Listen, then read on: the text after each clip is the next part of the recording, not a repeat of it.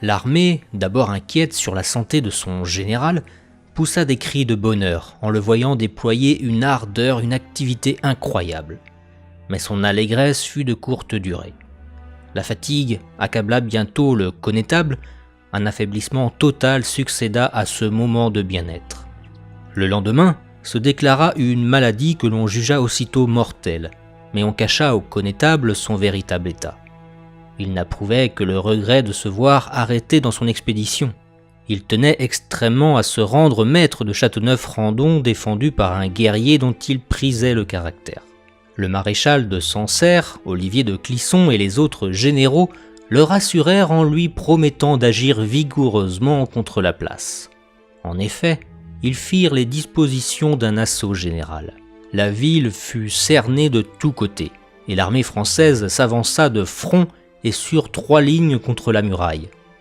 Olivier de Mauny conduisait la gauche, le maréchal de Sancerre la droite, et Clisson le centre.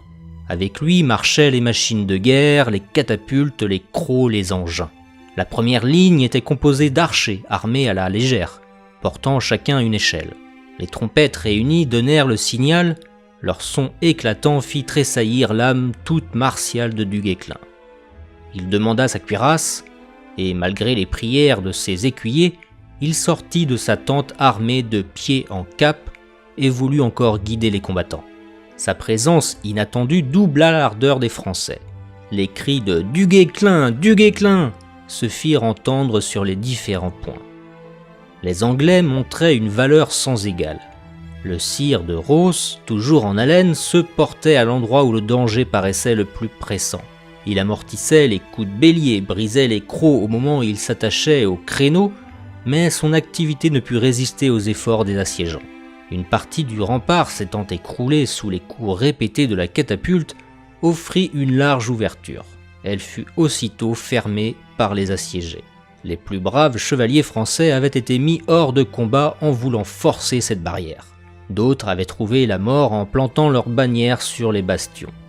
De leur côté, les Anglais venaient de faire une perte énorme. La nuit sépara les combattants. Du Guesclin décida qu'on donnerait un autre assaut le lendemain. Mais au préalable, il fit sommer le gouverneur en lui renvoyant ses blessés et en proposant des conditions très honorables. Le sire de Ros avait pu juger de l'étendue de ses pertes. Ce qui lui restait de troupes était pour la plupart hors d'état de combattre. Ses murailles, démantelées et ébranlées par les coups des engins, menaçaient de céder au moindre effort. Il était à craindre que la place ne fût enlevée de vive force. Il assembla un conseil de guerre et proposa de faire une capitulation conditionnelle, c'est-à-dire de rendre Châteauneuf si, à une époque déterminée, le sénéchal d'Aquitaine n'était pas venu au secours de la place. Sa proposition fut unanimement approuvée. Le général français pouvait profiter de son avantage et prendre la ville le lendemain sans condition. Il préféra la voie de la conciliation, il souscrivit à ce que le gouverneur tint encore 6 jours. Les termes de la suspension d'armes portaient que si le 12 juillet, personne ne s'était présenté pour faire lever le siège, le sire de Ros rendrait la place à Bertrand du Guesclin. Cette convention étant ratifiée, les hostilités cessèrent, et le connétable non seulement permit aux Anglais de sortir pour faire des vivres, mais encore il partagea avec eux ce qu'il avait dans son camp. Il invita le gouverneur à venir prendre le clairet et les épices. Cependant, les fatigues du siège avaient empiré l'état de Du Guesclin. Les symptômes les plus alarmants se manifestèrent. On ne put cacher plus longtemps au connétable son danger. Il en reçut la nouvelle avec un calme intrépide. On l'avait vu pendant 40 ans affronter sans crainte la mort dans les combats. On le vit aussi regarder sans effroi l'approche d'un trépas inévitable. Il se prépara en héros chrétien à ce terrible passage. Après avoir rempli avec recueillement tous ses devoirs de religion, il retrouva quelques forces, il s'entretint avec les chevaliers, la plupart ses élèves, il les exhorta à rester fidèles au roi de France, à le servir avec zèle. Il leur parla aussi des devoirs du soldat et du général. Souvenez-vous que partout où vous ferez la guerre, les gens d'église, les femmes, les enfants, le pauvre peuple, ne sont point vos ennemis, et que vous portez les armes pour les défendre et non pour les opprimer. Je vous l'ai toujours recommandé, je vous le répète encore en vous disant un éternel adieu. C'est ainsi que le héros breton consacrait ses derniers accents à plaider la cause de l'humanité. Du Guesclin avait fait un effort pénible pour parler à ses officiers.